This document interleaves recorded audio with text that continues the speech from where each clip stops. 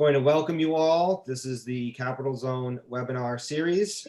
This is something that the Capital Zone of New York State AFERD has been doing starting this year. We've typically done a zone conference in the past.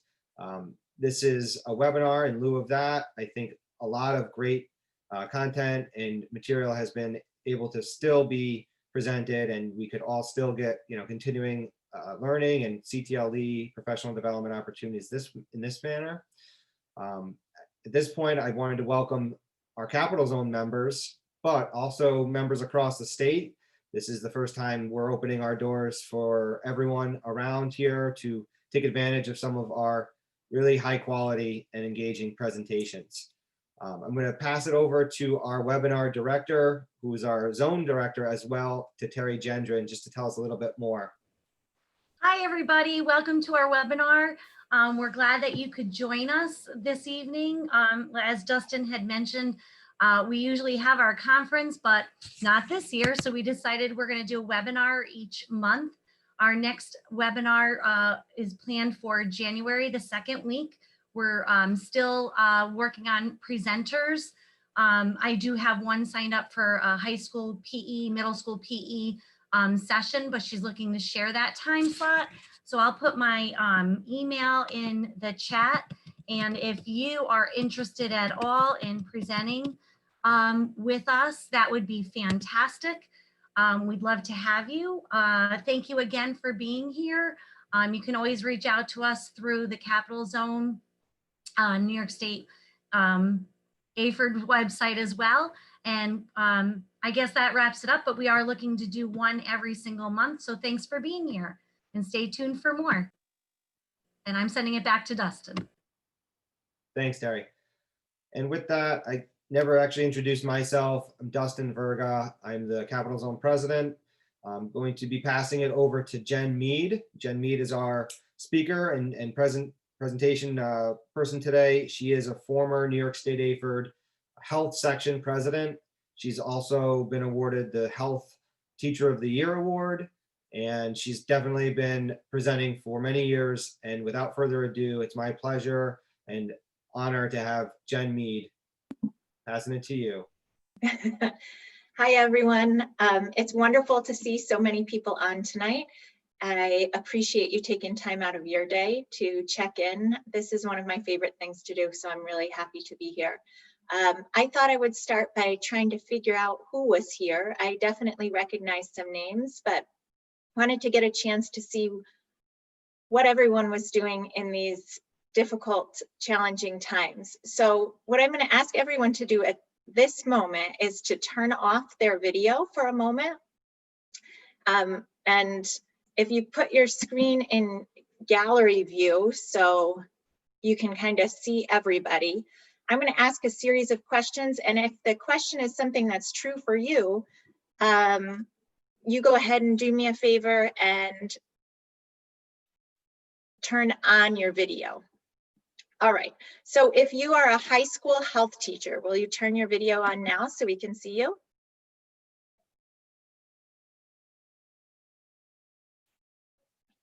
Hi, high school folks.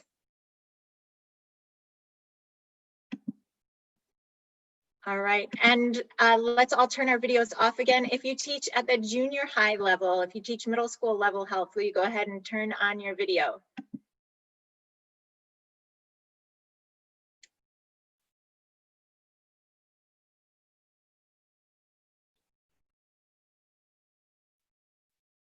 Okay, and if you don't fit into the role of teacher, you're an administrator or have some other role at your building, can you turn on your video?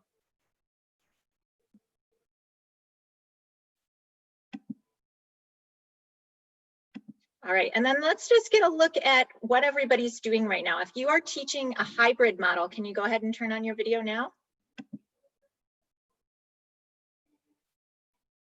Yeah, we got a lot of you, right?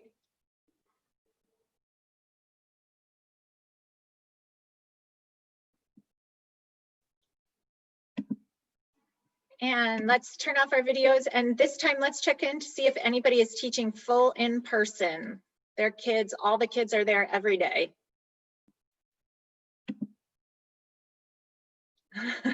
We have a Lone Ranger, good for you. And is anybody completely virtual? If you're completely virtual, go ahead and turn your video on now.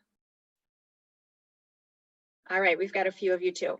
So all of us are teaching in new situations than we have before.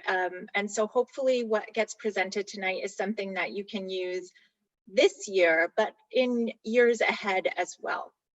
So I'm going to try and share my screen here and show you what I have planned for the evening. I certainly want to give you a whole lot of choice so that it can be as worthwhile as possible. Hopefully on the screen now you see a choice board. This is like a thing of the now, right, that we're doing. So I've put together 6 different things related to advocacy about how we can create programs that advocate for themselves.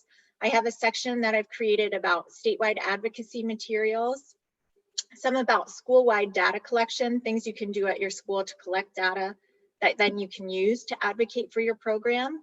I also have some school-wide events that you can do, specific work for in the classroom with junior high students, specific work for in the classroom with senior high students, and an opportunity to just have a discussion as a group if that's what we'd like to do.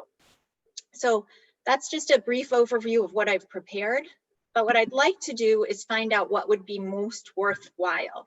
So we're going to share a link in the chat to a poll in which you can rank order the areas that you're most interested in.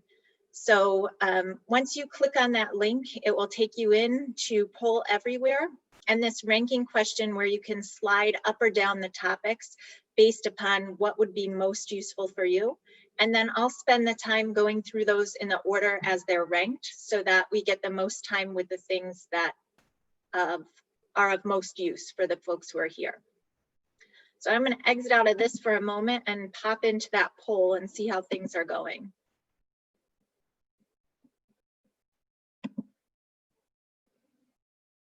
All right, and feel free to let me know in the chat if you're having trouble with this. Poll Everywhere is a free online tool that you certainly can use with your students. Like most programs, they do have a premium version as well.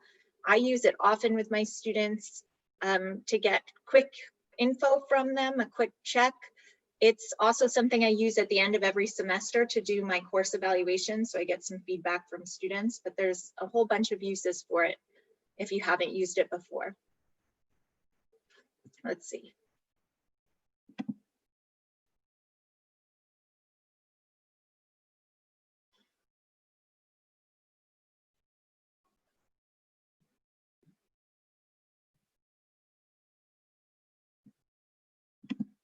There we go. I'm getting somewhere now. And I'm just going to give folks a little more time to click in there if they haven't done so already.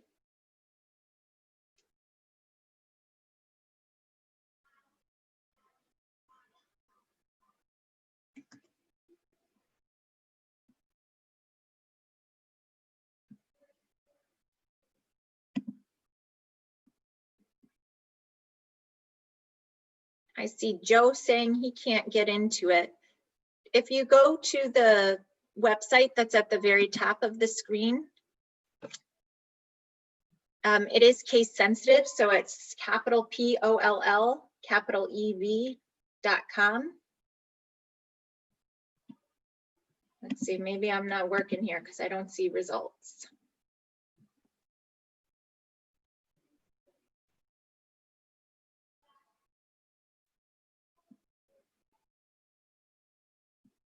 I see, let me see if I can.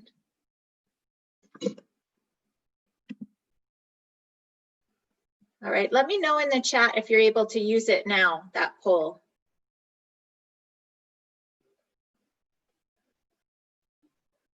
All right, Terry's given me a nod.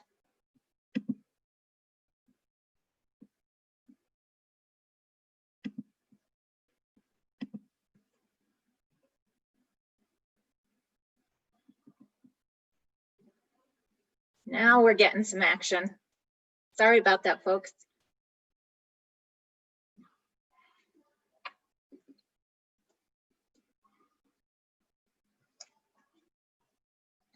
All right, since we had some difficulty on my end getting that started, I'll give you about 1 more minute to log into that Poll Everywhere site and just rank order the topics you see there, and then we'll go through them in that order to make it most useful for you.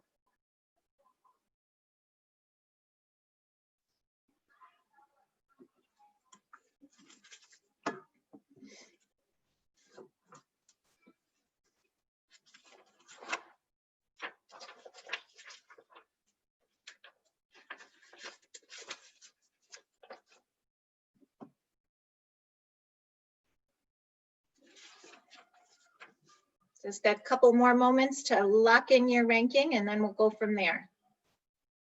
Look, it just changed.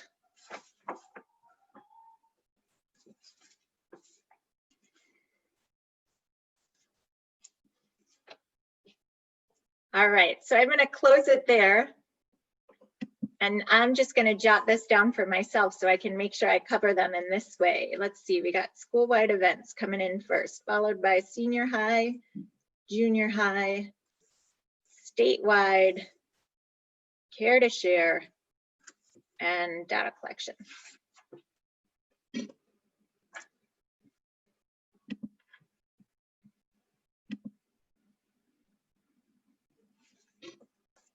Okay, so let's start with those school-wide events.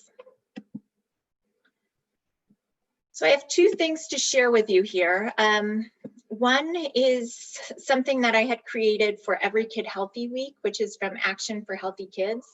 And actually, Terry, if you don't mind putting the link for the slideshow into the chat, that would be great. So everyone's going to get the slideshow, and then you'll have access to everything I present tonight, and anything that I don't get to, you'll have access to as well. So you'll have this Google slideshow and all the links inside of it. Every Kid Healthy Week is a national event that takes place in April. I was someone who was awarded the Action for Healthy Kids Game On grant. Great grant that's pretty easy to apply for. And as a result of that, created this Class Wars event. Last year was the second year we did it, but of course we were all out of school, so we had to move this virtual. I am going to see if I can share sound here for a minute.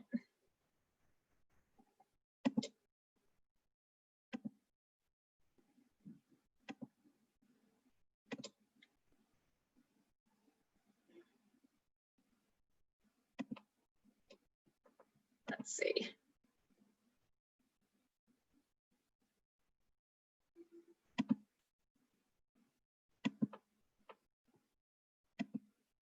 I'm not sure if I did that, so you guys can let me know. To be honest, the sound in this thing doesn't really matter, but it's fun.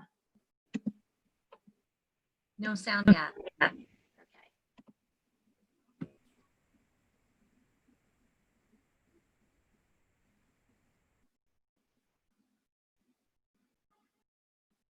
Gotta love the wheel.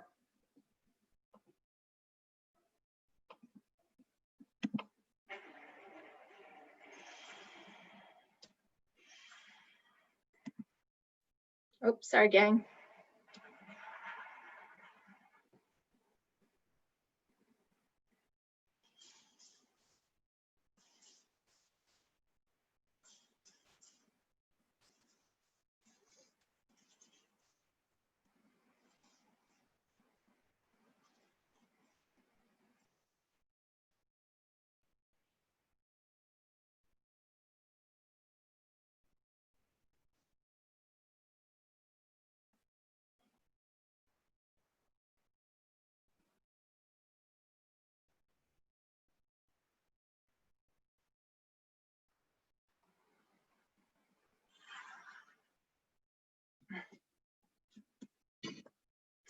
All right, so that's the little promo video we used for Class Wars, and essentially it's a week-long event that we created where our students each day do something that contributes to health and well-being.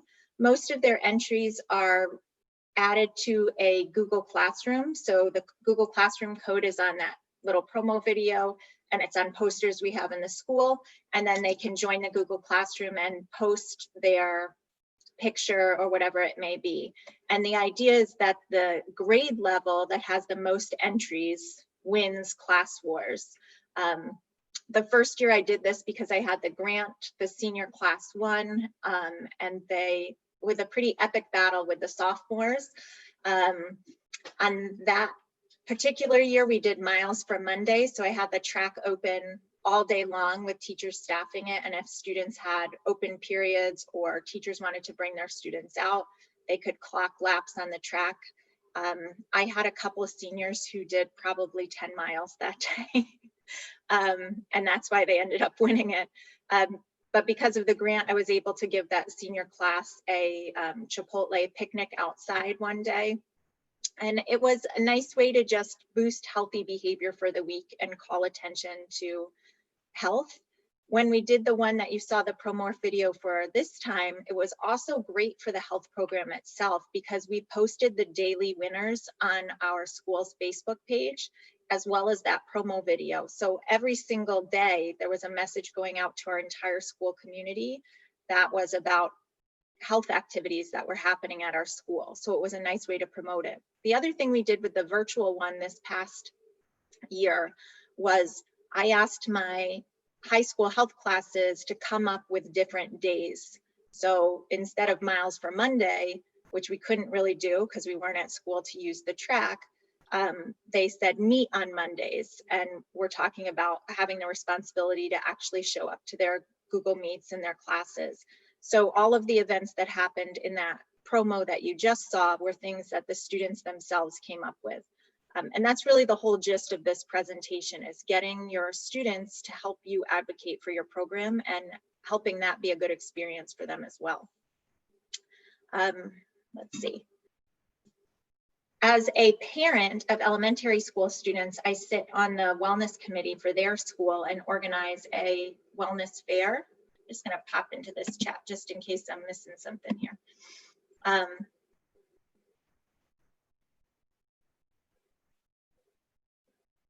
Oh, I see some questions about the choice of class wars, and you're absolutely right. One thing I found at my school was that my students, we kind of did a poll about this, are very motivated by competition.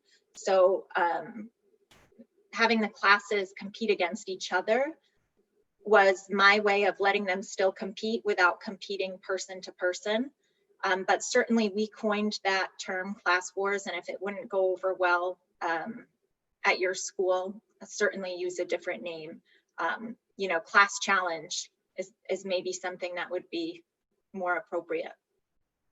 What you're looking at now is a flyer for the wellness fair that I have at my children's elementary school. I didn't ask that question if there were any elementary health educators here, but it is something you can kind of pull off at any grade level. The PE teacher that I work with there does a huge obstacle course, so we call it Ninja Night, where the students can go through. And I've reached out to Ninja Warriors who have, from American Ninja Warrior, who have recorded videos for our students that we share in that evening. And then we look for all the businesses in our area that support healthy living and have them come to the school to, you'll see the Taste and Try Wellness Fair on there. I didn't want it to be passive.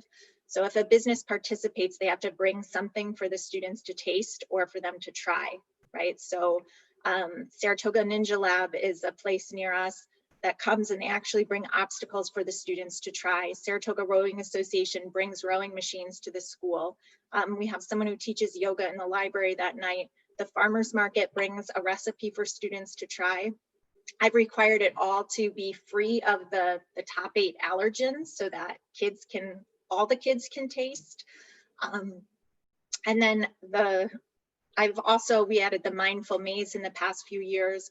So we have, we had the wheel of gratitude where kids spun a wheel and got dared to do something. It might be to go look a presenter in the eye and tell them thank you for coming.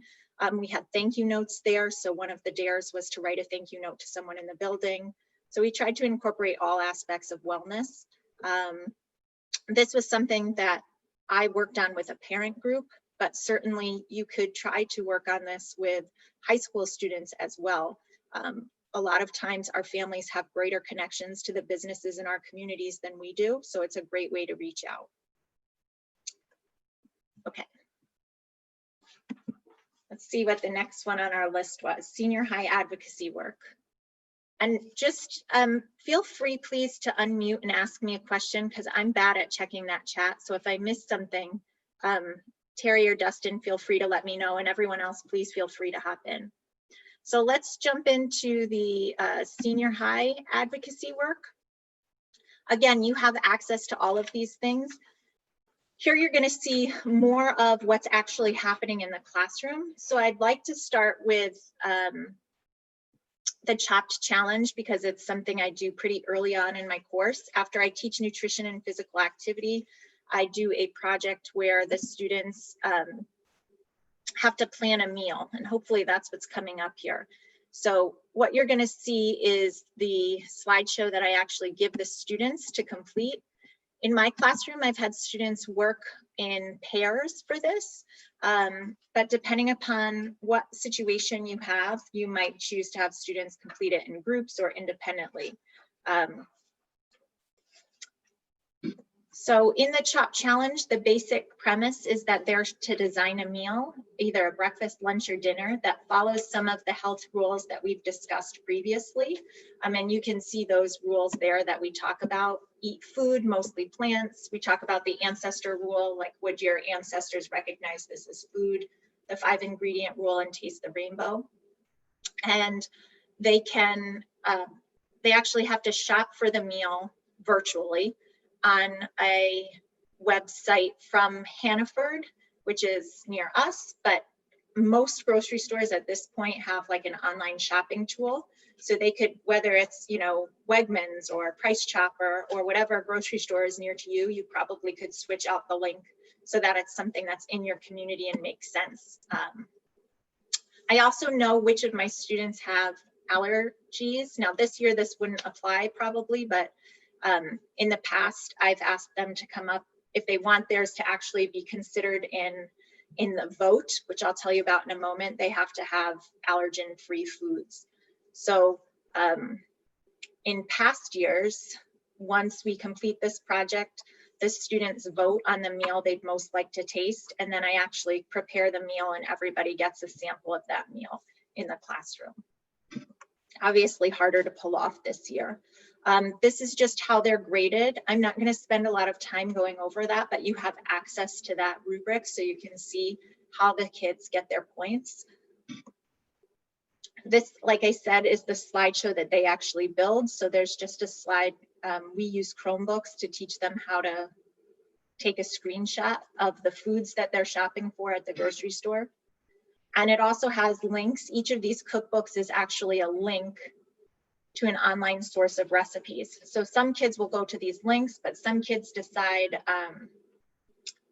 I had a student who wanted to make his grandma's clams recipe, right? So they might know of something healthy or they might need to seek it out. And some are adventurous and some aren't. And then they build 2 slides. The first slide should have a picture of the meal, a link to the recipe, and maybe say how it could be served. And then the second slide is them actually shopping. And this is where those screenshots come in. When they're on the grocery store's website, they're able to actually see the ingredients, and this way they can prove to me if it meets those rules. So when I'm actually grading them, I know if it works. It also gives kids an opportunity to see that not all products are created equally, which is helpful. And then, so this is the blank slide the kids would create themselves. And what I had said before is that once the students are done with their projects, I take each of their cover slides, like this one that you see on the screen that has the first place ribbon, and I combine them into one slideshow, and that's how we vote. But that slideshow gets sent home as a PDF and goes out on our Facebook page as a cookbook of healthy recipes for families. So again, it's something the students are doing in the classroom that you then send home that helps promote your program and helps promote the healthy behaviors that you're looking for. As I move into decision making, the students complete a project that I call the High Stakes Health Project. I've tried to put all the information you need right here. Pre-COVID, I had the topics cut out and I left them on a desk when the students entered the room.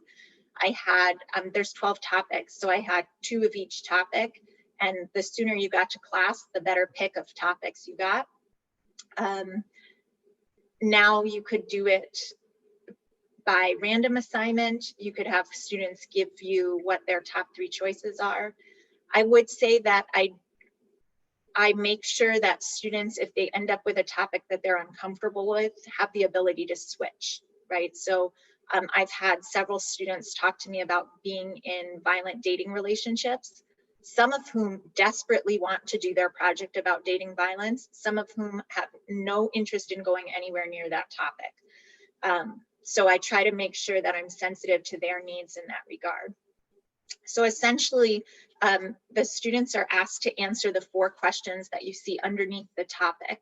They need to find a definition of the term. They need to find a statistic to describe how many teens are affected by that topic. We use the Youth Risk Behavior Survey at our school, a homegrown version in a Google form. So I try to get them to use our local data if it's available. And then because we're in the capital region, I have them find an actual service that they could visit if they were dealing with this topic.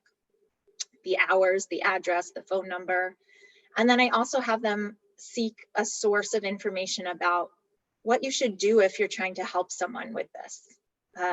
And all of this corresponds to our lessons about finding valid sources of health information. So once they've collected that information, I have them use a tool called Canva. And Terry, if you don't mind popping that link into the chat, I'd appreciate it.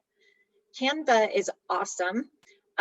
It's a free online tool. I first heard about it through Mahaney's because they had done some of their infographics using that tool. But the students can share work through Canva and actually create these infographics that you see on the screen. So at the completion of the project, each pair or group or individual student has created one of these very professional looking infographics. The ones that meet the requirements that are good, I actually get printed, and then we post them inside the bathroom stalls at school. So I say it's a captive audience. So we are constantly plastering the inside of the door in the bathroom stalls so that when kids are in there, they're getting some information. And then we also post these so digitally, electronically, so that they can be accessed. The other thing that I have kids do on a separate note is once we have the good ones that we're going to print, I have students take some time to look at everyone's, and I have them program the phone numbers of all of the local resources into their phone. So if there is a particular resource about smoking cessation or eating disorders or any of these topics, I ask them to put them into their contact information. I tell them that I will ask them these questions on a quiz, and I tell them we'll use it again in our communication learning experience. So most of them do it, but my hope is that then they actually have it in their phone. If they ever need it, they have automatic access to those resources. And once I get to my communication learning experience, I have people end up doing role plays at the end, kind of like how a language teacher does their oral exams, where I meet one-on-one or with 2 of the students, and we go through a role play. And part of that is them knowing a local resource where they could suggest someone gets help. And so they have that in their phone already once we get to that part. But again, it's a project that students do that helps other students in the school, and I can send out to the community so they know, like, these are created by students in health class. This is what's going on, so we can also educate our community members. All right. You have how I grade on there, so that you could use that if you wanted to, but you certainly could grade it differently. And then my actual advocacy project with the students, this has changed somewhat over time, particularly last year because we were in remote learning. So I'll show you a couple of things from this. And again, please feel free to ask me questions. Because we're in the situation we're in, I'm going to show you the remote learning project, and then I'll briefly show you the project that we've done in kind of regular learning conditions. Again, you have access to all of these.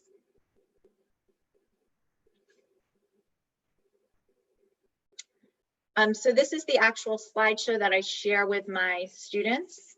We use Google Classroom, so this is in Google Slides.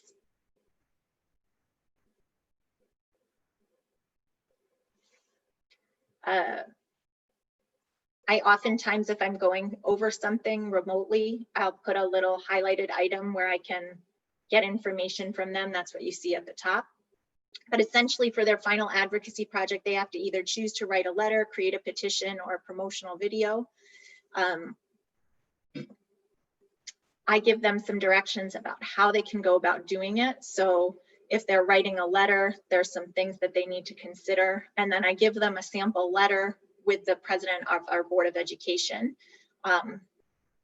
although it might not be going to them. For example, a lot of our students look to change things in the cafeteria. So I've given them our cafeteria manager's name that they can get into contact with. I do find that I'm sure they've been taught how to write letters, but if you don't give them a format, the letters are not very good. So giving them the template helps. And then some additional help on how they can write that letter. If they choose to create a petition, something I found last year that I thought was really cool was this change.org website where you can go create a petition that you then can share via social media and really through email in multiple ways. I do tell my students that before they seek signatures for their petition, they have to let me see it, because again, these are things that, same thing with the letter. The letter doesn't go to the Board of Education until I've seen it. And this is great because it helps students advocate for a particular cause that's important related to health and wellness in our school.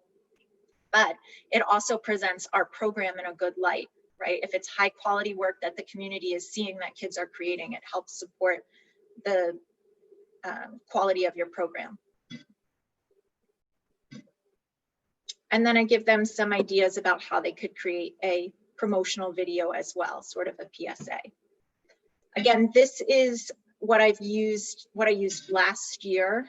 Again, I show you how I graded the project. It's a little less involved than what I had done in previous years, which I'll just show you briefly.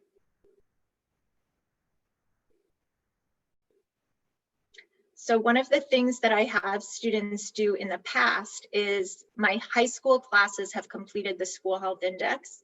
So I divide my classes up into the different modules that are required for the school health index. And then we invite in people from our school, our superintendent, our principal, head of nutrition services, school nurse, and the kids actually work with an employee from the district to complete a particular module. Again, this is the slideshow that they complete as a team. So they have their module name that they put in there. At the end, if you've done the school health index, you know it directs you to strengths and weaknesses. And then they come up with a solution for one of those weaknesses. They describe it. They try to compel someone to take action with a fact or a statistic.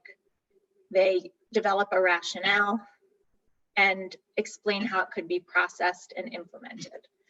What I've done is then I take what they have created and I combine all of them and I present all of their ideas and the entire scorecard from the school health index to our school board with the hope that it can be changed. So here's just an example of one of the projects that actually was created.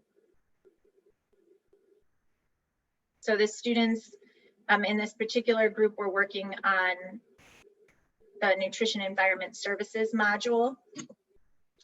These are just the things that showed up as strengths and weaknesses when we did that school health index. They decided one of the best things we could do was institute a grab and go breakfast system at our school. And they gave a brief description of what that strategy would look like. a statistic from our school. So we knew, because we had done the youth risk behavior survey, that 50% of our students didn't eat breakfast, and that the reason why they didn't was lack of time. We also found out that students weren't allowed to eat in our classrooms at the time. And so kids said if they could eat in the classroom, that they'd be more likely to eat their breakfast. There's their rationale and kind of their takeaway. They also found a guide that the school could use. And in 2019, we started offering grab and go breakfasts at our school, which was awesome. So the great thing about that is every year since, when I introduce advocacy projects, I can say, this is not just a project in health class. What you do can make a difference. So now you are able to eat in your classroom first and second period, and there's a grab and go breakfast. 2 years ago, there wasn't that system. That happened because of students' work on this project, right? So again, it's ways to get your health class to be advocating for improvements in your own school community that empowers your students to know that they can make a difference, but also actually make a difference. And it certainly promotes our programs. All right, how are we doing on chat? Am I missing any questions? You just had one. Daniel had asked if your school district made any changes based on the students' advocacy project. So, and you just pretty much answered it with the grab and go breakfast. Yeah, we've done a few. So we also initiated a bullying prevention month in October, where the students had drafted daily announcements, and they suggested that we get Sweethearts and Heroes to come in, and Sweethearts and Heroes did come present at our school. We started an activity club. They were talking about not being enough physical activity for kids who weren't in sports. So one year we offered an after school program once a week, be it a lot of times it was yoga, where kids could come and participate in that. So there's certainly more ideas generated than are actually implemented, but I think each time we've done it, there have been changes. For years, the kids have been trying to get a smoothie bar. We still haven't gotten that, you know, but they love that idea. And so hopefully it'll come at some point. And we were just asked what Sweethearts and Heroes are. Do you want to talk on that, Terry? Because I know you've had them as well. Yeah, so we have a Capital Zone contact person that has this program, Sweethearts and Heroes. He goes into schools and promotes, you know, lifting everybody's spirits and anti-bullying messages.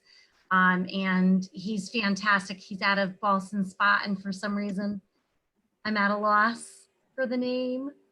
Who's our contact? Is it Jason Spector? Thank you. I was Ash. thinking Jason. Yes, I'm sorry, Jason. He's fantastic. He's also presented at our Capital Zone conference.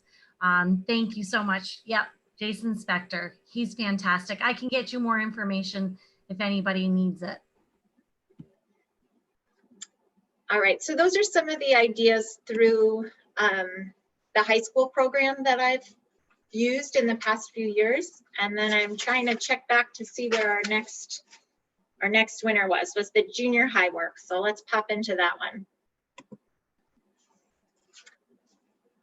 Okay, so two areas that I'll share with you are some mental health kits that we've worked on, and then an opportunity for extending all of your learning experiences into an advocacy assignment that you can use to promote healthy behaviors, but also to connect with your community and promote your program. So oftentimes when my students are thinking about what needs to change as far as wellness and programs in our school, they often turn towards ideas about mental health, which is not surprising and probably more necessary now than ever before. So one of the things that we added to our stress management learning experience was I have 8th graders, and my junior high is just 7th and 8th. Our elementary is K6, just to give you an idea. So the junior high, as part of their stress management learning experience, create a junior high survival kit where they create something that we can share with the 7th graders upon entry into the junior high. We're all in one building, but it's still a big move to come up to junior high. So this is at the end of all of our learning experience about stress management. So the students have to choose 3 different strategies that could help someone cope with the stresses of junior high. I tried to make sure that they include all sorts of different ones, not just all relaxation strategies, for example. And they are scored in the following way. I do ask them to share their project with their parent. So you'll notice that one of the things on here is, did a parent or guardian review this project and sign this sheet? This is great because it forces the work to be seen by a parent, which sometimes ups quality, but at the very least, it shows a parent that we're talking about mental health in health class. And so if parents have a question, it sometimes opens the door for them to get in contact with me about seeking out resources for their child, which is great. And then again, like most of these things, the projects that are really well done, I try to put into use. So I would love to say that everybody's project is gorgeous and then I can just pass down enough survival kits so that every incoming 7th grader gets a beautiful survival kit, but I haven't gotten to that quality point yet. But what I do is I have them so that I can share them with students who might be in need, and I sometimes give them to our guidance office. So, you know, if a kid is having a bad day, the guidance counselor can send them off with, you know, a little kit that might help relieve their stress. Something else that we've done that was really fun was creating a children's book about stress management. So when I did this, I actually went to our school's library. Again, we're a K-12 building. So I picked out some children's picture books that talked about anger or talked about stress. And then I read those to the students. And then I worked with the students for them to create their own stories. They were really intended for kind of the kindergarten, 1st, 2nd grade group that would be a point where the main character experiences some sort of age-appropriate stressor. My students often identify like someone taking something of theirs because I ask them to think back to what might have stressed them out in elementary school. And then they try to actually create a story that illustrates the use of a good stress management strategy. I've had them do this as a choice. So I actually allowed students to either do a children's book intended for K2 or like a resource for the 5th and 6th graders about how to deal with your stress. And then the ones that are good, I actually hand down to those elementary school teachers. So we had a cute one about a pig who was all stressed out because it couldn't keep up with the other pigs and it was getting all flustered. And so the pig learned deep breathing. So any number of things that might happen. We had one where a student was really upset because someone stole their sparkly blue pencil box, and they had to learn how to communicate to their teacher what the problem was and try and resolve the conflict with the student who had taken their sparkly blue pencil box. So the ones that are good, we share out to the elementary school, and that was a really fun thing to do. Something else we did, I'll just show you this link. I purchased from Teachers Pay Teachers a series of social and emotional learning games. And then my students did all the cutting and pasting to actually make the board games themselves. And then our social worker actually used some of those games with some of the groups that they worked with. So that was another opportunity. And then the extension here is just something to consider. It's actually an easy way to put in advocacy and a great way to connect with your parents. So you could do something like the Healthy Times or a newsletter. I structured it in Google Slides because I think it's easier for the kids to work on a particular component. So in my first issue, these are all the different topics that are covered and things that my students learn about in their 8th grade health class. And then again, there's a whole bunch of them. So you can assign students independently to work on one or groups. And then this is the slide that the student might actually work on, where they have to include the benefits of physical activity, a link to information, and a picture or graphic that makes it interesting to look at. once you have all those slides combined, you can save it as a PDF and that can go out to all your families, which is a really nice way, again, to promote your program, to promote healthy living and healthy choices. And I find that kids do better work when they know it's going to leave the classroom. It's not just an idle project that we're doing in health class. It has a purpose beyond the classroom. So I think it helps them up their game a little bit. All right, how are we doing on time? Thanks, Terry. And how are we doing on chat? We're great. Awesome. Okay, let's see what comes next. That was junior high. Oh, statewide advocacy materials. I'm currently working on more of these, so hopefully you'll see more from New York State AFERD. A few years ago, we created this Imagine Advocacy video. Let's see, let's get a little audience participation here. Do you want to see a 3-minute video? It's all text and music, so it's not like fantastic, or would you like to watch that on your own at some point and I'll just tell you about it? So how about in the chat you say watch or pass? Well, we got a fence rider.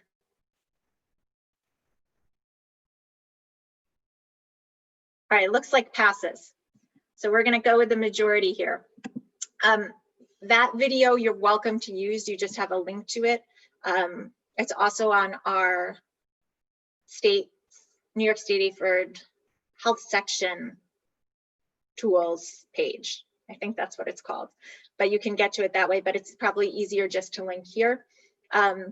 It's something that you could put out to your community, but I really am hopeful that as an organization, we'll continue to advocate for health education K-12 with our Department of Ed and with our legislature. So if you do end up sending a letter, which I'll show you,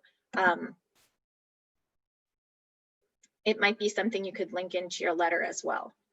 So I just recently wrote this letter and I will show you the letter quickly and talk about the strategy and implore you to tweak the letter for your own good and send it to your legislators. It has some information about where the COVID cases were at the point that I wrote this letter, but these are links, so you can just click into the links to change the number because that number is higher now, unfortunately.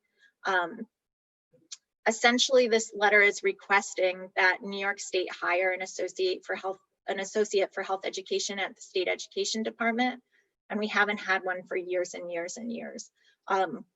We had the opportunity to meet with Betty Rosa before she left state ed, and she encouraged us to work for that state associate because she said it would help us do everything else we're trying to do. So the idea is that if we can get that associate in the department, that then we could work to revise our current standards. PE just got revised, so it would be great if we rolled into that.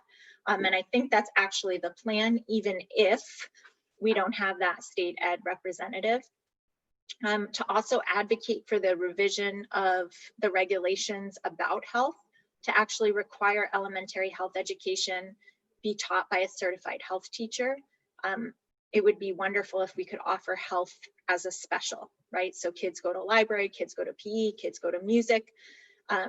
Let's have them go to health. And the other thing that is becoming abundantly clear is that the higher ed programs for health education are struggling for participants, and we have shortages in health teachers. So it would be wonderful if we could kind of fast forward all of these advocacy efforts to achieve some of those goals. The only other thing I want to show you in the letter is I talk about things that I've done because I sent the letter, but I think ideally if you choose to send a letter, you would replace this whole section with things that you've done or things that are happening in your community.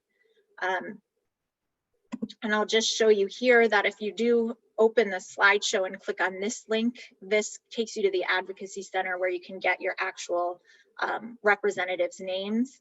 And then you just send them an email. It's very simple. And I think the more of us who are advocating for these changes, the better we can be. I also think you strike while the iron's hot.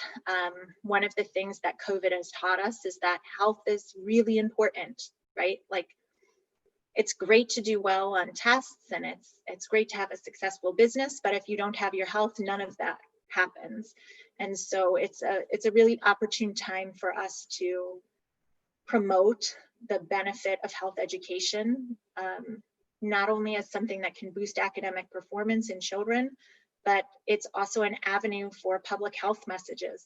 You know, how many of us are teaching our students about how to stay safe right now? And it's a really economical way for us to address public health concerns.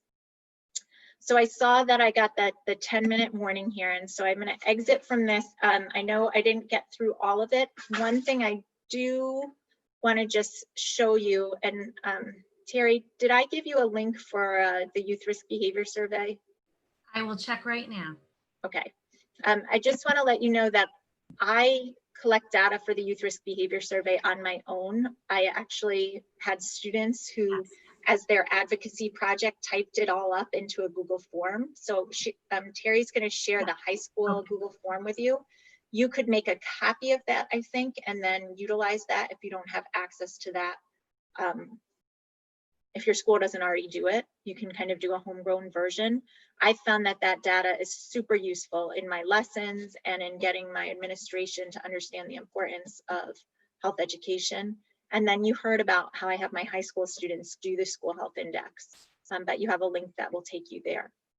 I'm going to stop sharing and hop out of here and check into the chat, but I would love for folks to ask any questions they have, make any comments, let me know what I can do to help you, be successful at advocating for your programs. I see Lindsay popped in there and said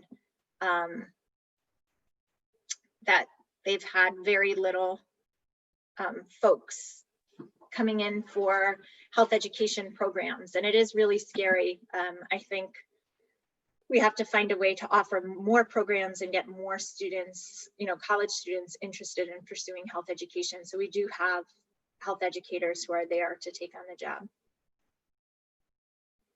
Oh, I see that, Henry.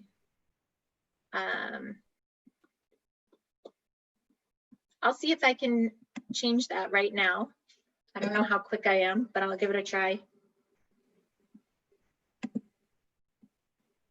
All right. In the meantime, Jen, I was going to mention that you and I had the opportunity through the Capital Zone to go to Shape, or the, what is it? Speak Out Day. Speak Out Day, yeah. Yeah, and we were down in Washington, and Jen led the charge for health education, and we had a tremendous response from our local legislators. Everybody's for it. It's funding, and everybody understands New York State. We need that director of health. So Jen had done a lot of advocating for that, and we need to continue to do that. All right, let me see how I do this.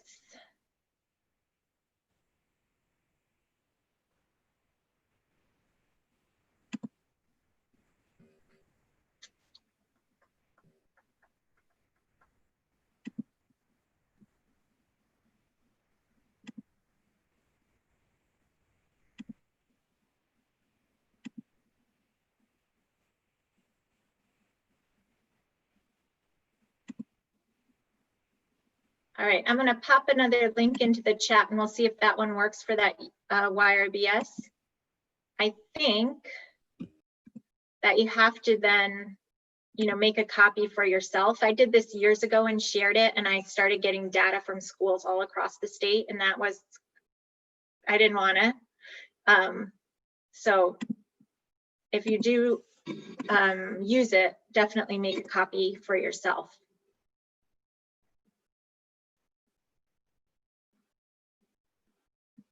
English and health would be a cool combo.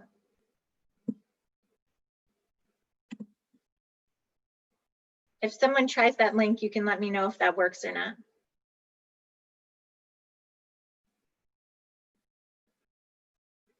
Yay. It's working. I love it when I figure stuff out. All these challenges gives us lots of opportunities to succeed and fall on our face and try again. So does anyone else have any other questions or any other ideas that they want to pop in with the time that we have?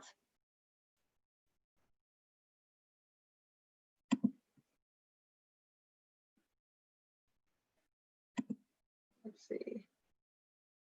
Oh, so someone asked, how did you get permission to have students fill out the YRBS? I pretty much just modified a permission that is on the CDC's website about YRBS. So actually on my first day of classes, I have students take home a little card where I get their parents to sign and give me their email address or phone number. And I attach to that a passive permission form, which I find is super helpful. So passive permission was essentially says if a parent does not want their child to take the survey, then they return the permission slip. If the permission slip doesn't come back, it assumes that it's okay for the child to take the survey. And so that's what I've done in the past. I usually have maybe 1 or 2 students whose parents don't want them to participate. And then what I did is I actually printed the Google form for those students so they could use it just as a self-assessment and then keep the data for themselves, not share it with me. But that's worked really well. And within Google Forms, then I've used all the pie charts that it creates to present to my faculty at faculty meetings, so they kind of knew what was happening with our students. There's a couple of things that I've tried to get to happen at our school, and I was able to use the Youth Risk Behavior Survey data to do so. And that data is also fantastic when you're teaching about risk behavior, because especially with high school students, of course, they assume that everyone is doing that risky thing. And then you can show them, the data that says otherwise. So, my high school students thinks everyone's had sex, but my high school data says only half of them have, which is still a lot, but it's way less than all of them. Or they think everybody smokes weed and the data reveals otherwise. So it's nice to kind of have that data on hand for those discussions.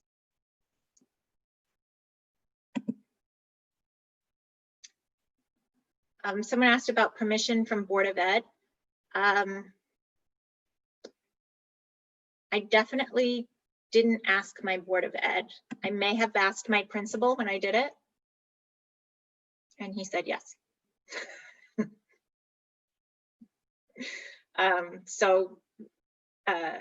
Yeah, there's 2 ways to go about that, right? You can do it and see what happens, or you can ask and see what happens. It also helps to share that it's not just a tool you created, right? You're not just a nosy teacher who wants to know everything about your students. It's a national data collection tool. And you can explain that it really helps you to do your job better. So hopefully that helps.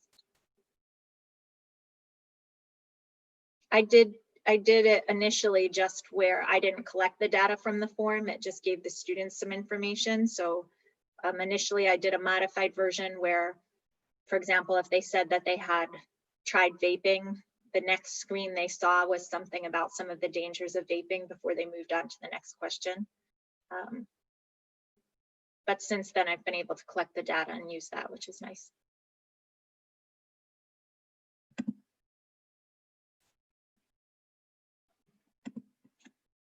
Hopefully you have everything you need in that slideshow. I think I have the email there. I'll put it into the chat just in case you want to get a hold of me. And I really appreciate how many of you logged in tonight. It's pretty incredible. Justin, I'm going to send it to you. All right, great. Thank you, Jen. Well, I really hope you guys have found something valuable. I mean, you really did, Jen, span the whole audience here. You even polled us in the beginning. With that, there will be some things sent everyone's way. First, in the chat, I just sent if you scroll up now, some links for one, the certificate of participation. This is a document. It's going to basically come up as a Google Doc. You can create your own certificate. So if you needed something to save, there's a document you could keep, print off, but it's available as a PDF. There's also the CTLE link. So those who are trying to collect CTLE hours, just if you fill out this Google form, again, the link is posted in the chat. You'll receive that through the central office of New York State AFERD. I will also try to get an email out. I would anticipate next week, once we get everything back from central office, that just kind of captures everything here. If you didn't get the link, I will put it to this email. I will also include Jen's presentation. That's what the live people who are here, you guys who have registered, will be able to receive. And then if you did have the CTLE form filled out, we'll try to get that certificate back to you. So with that, on behalf of Capital Zone and behalf of New York State AFERD, I thank Jen Mead. Again, thank you for building a health program that advocates for itself, and joining us with the Capital Zone webinar series. I think on behalf of Terry, we would just put another pitch out, since we have members across the state tonight. I encourage you to come and join us on other sessions. We do these monthly. If you also are considering stepping up and doing a presentation yourself, we are happy to have representatives from around our state and share the wealth from the zone, certainly.